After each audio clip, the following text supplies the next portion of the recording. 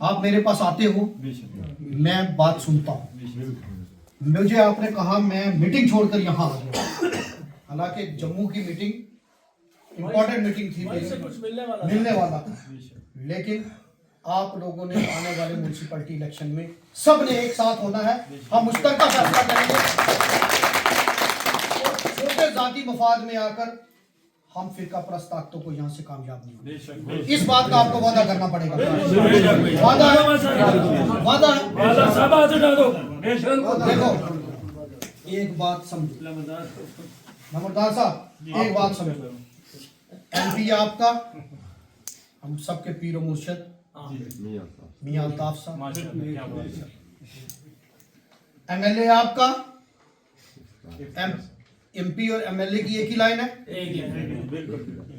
अब काउंसलर अगर आप कहीं और का चुन लोगे तो नुकसान होगा ना। तो क्यों ना एमएलए, एमपी और काउंसलर तीनों एक ही लाइन के हों। अब आप ये कहोगे कि भाई हम यहाँ भेदभाव कर रहे हैं।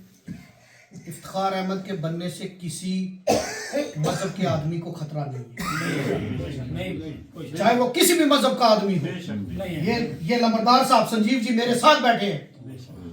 अगर मैंने सबसे पहला कहीं हैंडपंप दिया तो वो नव दुर्गा मंदिर में दिया, तो ख्वाजा गरीबनाथ मस्जिद में दिया। मेरे लिए दोनों बराबर हैं। मेरे बनने से किसी गुरुद्वारे का जो सेवादार है, किसी मंदिर का पुजारी और किसी मस्जिद का इमाम खतरे में नहीं आएगा, क्योंकि मेरे लिए तीनों बराबर हैं, तीनों।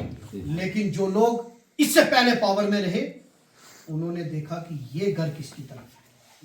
अगर ये घर ऊपर है तो कट हो गया नीचे, और ये यहां नहीं, मैं मुरादपुर गया वहां भी यही हालत है। मैं डांगरी गया, नरेगा के काम तक नहीं उन्होंने किए।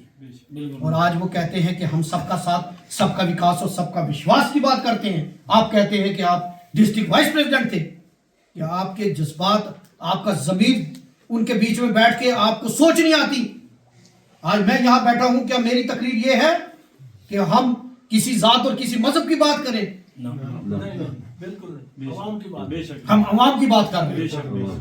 लेकिन वो जब बात करेंगे तो वो देखेंगे कि यहाँ क्या बात करनी है।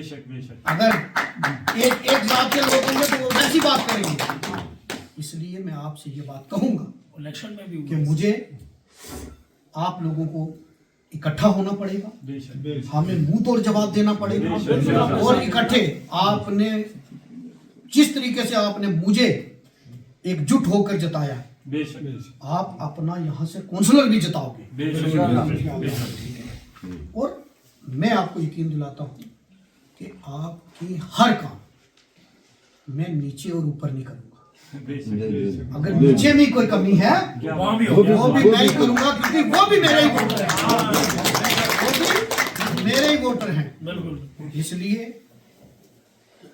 मैं जब यहाँ आ रहा था, जब कच्ची रोड स्टार्ट हुई तो सगीर साहब हुआ है, हालांकि अभी किसी ने रोड की बात नहीं की थी।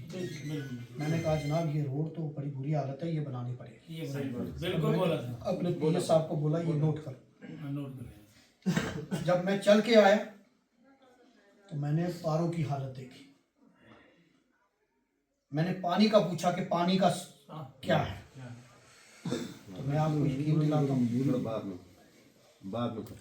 मस्जिद के पास एक हैंडपंप।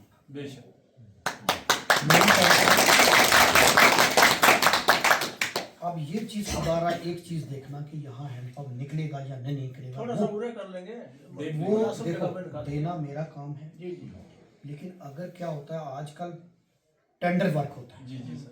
टेंडर में क्या होता है, हम ठेकेदार को पैसा दे देते हैं, ना निकले तो पैसा जाया। फिर वो ये नहीं होता कि यहाँ नहीं निकला तो उधर निकाल लो, वो नहीं होता। इसलिए सूटेबल जगह देखो, आप उसको थोड़ी दूर भी करके आप उसमें पाइपें शाइपें डाल के टैंकी बना लो।